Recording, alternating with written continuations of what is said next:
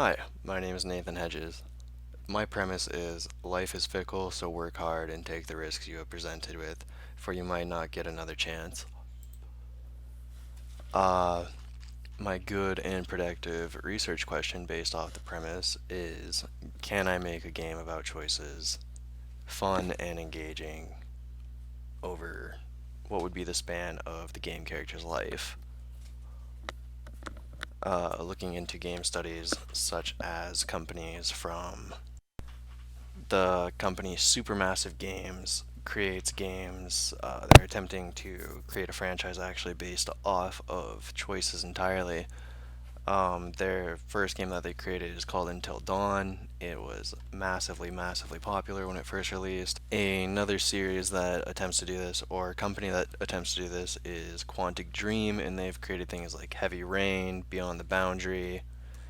Um, I do believe they were also the ones who created the new game that just came out last year, Detroit Become Human.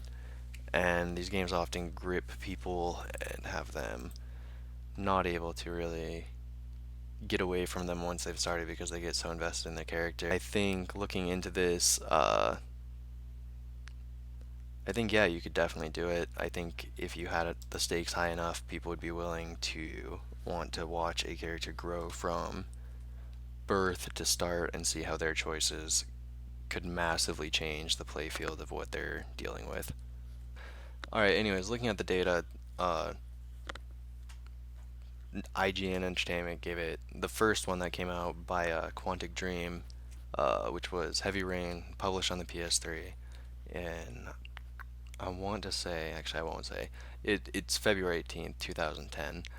Quantic Dream was the one who created it. It received a 9 out of 10 on IGN, 93% positive reviews.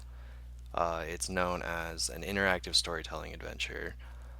Uh, some people call these more interactive film games, which I guess is a fair response to them. However, many of the choices are down to people being able to play the game and control the characters well enough. Um, it, however, is a massive amount of work. The game developer wrote 2,000 pages of script, acted as the director for the 4 years of its development.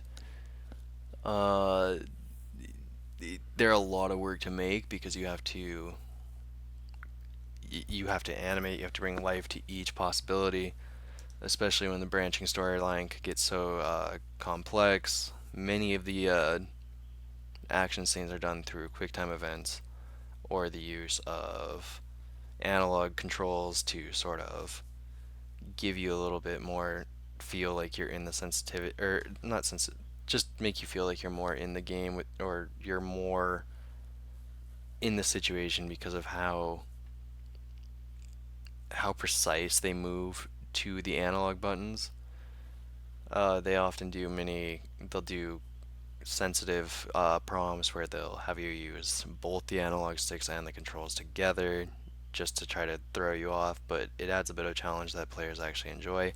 I think another thing that this was one of the original games that did this in such a big manner, but I think one of the things that drew it out to people was the massive differences of the endings. There's there's so many different endings that you can end up at. You can get all four of the people there alive. You can get three. You can get two. You can get one. You can get none. Uh, you can interchange who gets there in the end. All of them play out into their own different endings. And so I think if you really put the time into this, you could actually create something that people would love to play.